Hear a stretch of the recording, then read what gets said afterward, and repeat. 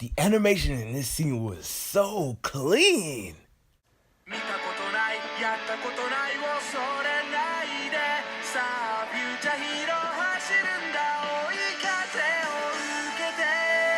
Alola everyone, shaymin1 here. We're back with another Pokemon Sun and Moon anime review talking about the newest episode, episode 117. This episode is a part of a two-part kind of special episode where we're visiting Malay City. So I'm gonna go ahead and give the summary and my thoughts on this episode. I feel like this was a really nice introduction episode to Malay City. And I was actually wondering, were we actually gonna see this city in the anime? Because when we went to Ula Ula and the Ula Ula arc, we didn't get to see Malay or even hear any mentionings of it. Lily ends up explaining to Ash that the city is kind of based off of Johto. Basically how everything about it is based off of Johto, which is really cool to see. shaymin ends up saving Eevee from almost getting hit by a car, and then basically the others are looking for basically a guide of Malay City, and this is where we meet the ninja. He takes everyone to go change into some outfits more fitting for Malay City, and I just gotta say I loved Lana, Mallow, and Lily's kimono outfits that they wore. It was really cool seeing that. Ash, Kiawe's, and Sophocles were really cool as well, especially since Ash was wearing like a cape, like Rowlet cape. That was really cool to see, and Sophocles had that really cool looking hat.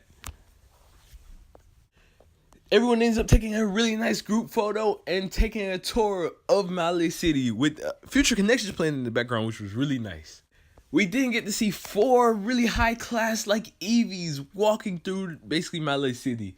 And good old Lana's Eevee has to come in. Join in on the fun, which I love Lana's Eevee's personality so much. Especially comparing to these Eevees, where these Eevees are like, oh yeah, we're so classy, we're nice, cool Eevees. And Lana's Eevee's like, what's up guys? This is really funny to see. After they end up touring the city, Mallow's hair ornament ends up getting blown by the wind, and shaymin runs after basically the ornament to go try and save. Eevee and Meltan end up following after shaymin, asking Pokemon around the city if they have seen shaymin.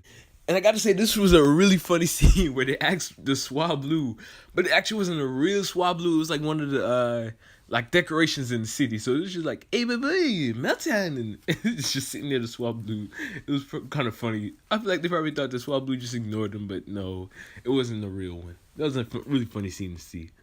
They end up finding shaymin, and I feel like this was a nice foreshadow because shaymin could almost get the hair ornament piece, but it blew away in the wind, basically hinting at Skyform shaymin coming soon. Eevee ends up helping shaymin to be able to reach the ornament, and they basically saved it. Team Rocket then end up catching Eevee, Meltan, and shaymin in the cage, but Meltan just eats right through it. Yes, we finally have another reason why, Ash's Pokemon can get free, because I remember before they were just Thunderbolt and the cage would always be like electricity proof or something like that. And Meltan just comes and eats right through the cage and they get free. This is where we get a showdown between Meltan and Mimikyu and Eevee and Marini. And basically Team Rocket, we're actually doing good on these Pokemon. Basically taking some hard hits on the mid-tail. Ash's Lycanroc comes in to save the day. But what I really liked about this Team Rocket battle is that it wasn't just Lycanroc fighting. Meltan and Eevee and actually shaymin actually helped out in this battle, with Meltan revealing the no headbutting right into Marini. Eevee was ended up healed by shaymin because it had got poisoned by Marini, and took Marini down with the double edge. At this point, Mallow and Lana have also came and found Eevee and shaymin as well. Mimikyu ends up seeing Pikachu, and they end up having another showdown. Basically, I feel like this was a little foreshadow to a league battle that we will see. Mimikyu versus Pikachu. The final showdown between these two at that. This is also the scene where we get that clean animation. Like, this really has me pumped up for the Alola League. Just seeing how clean that quick little few seconds were. It wasn't about 4 seconds of animation, but it was super clean. It has me really excited for a full battle between the two in the Alola League. But, yep, Beware ends up showing up right before Ash and Universe could take out Team Rocket, and they take to the skies on a kite. Beware once again surprises us with a new gimmick, which is really funny to see. Lily, Kiawe, and Sophocles end up finding Ash, Mallow, and Lana as they tell them that, they took out Team Rocket. Which, I really do love how we get episodes focused just around Ash, Mallow, and Lana. Like, this has been a recurring thing that I've been seeing in the series, where these three have been like a trio from time to time, which is really cool seeing these three interact. They even like, I think they are the only three on the dub poster. So it's like they're trying to tell us that these three are a trio. The episode basically ends off with Ash heading back to the Pokemon Center to take a rest, and the ninja ends up telling them about the Kanto Gym, and we get a little foreshadow with Meltan and Pikachu on Ash's shoulder, because in the preview we see it's going to be a double battle, and we see Ash using Meltan, so more than likely he'll be using Pikachu as well. We also get a really nice funny scene of Team Rocket actually caught in a tree. Beware was still running and realizes that Team Rocket wasn't, on the rope anymore. I do feel like this was a really nice starter episode for this arc. Like a nice introduction to Malay City. It's okay, like I understand why they had to do this type of episode, just to introduce us to the city, because we want to just casually jump in and say Ash is here taking on the gym when he hasn't even been to Malay City before, so it'll be kind of like, oh dang, this is all we're going to see is the gym. So I get the purpose of this episode is to show off Malay City, so that in the next episode they can just focus on the gym battle instead of having to get to Malay City and everything like that. I love how Meltan is actually being used in battle by Ash, not only in this episode but the next episode. One issue that I kind of had with Poipo is that Poipo didn't get to really battle except for one time against Team Skull right before it had to get released. So it's good to see that Ash is using Meltan in battle, trying to get stronger with it, and growing to evolve with Meltan soon in the future. I do love the connections between Mallow and shaymin, Lana and Eevee, and Ash and Meltan in this episode as well. These are the three newest caught Pokemon, and they all got some really nice development.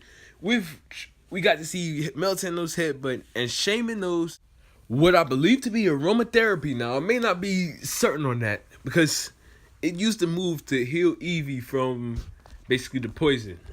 I'll check later and probably make a comment down in the comment section about the move that shaymin used. But still, it's cool to see all three of these Pokemon get some development in an episode together.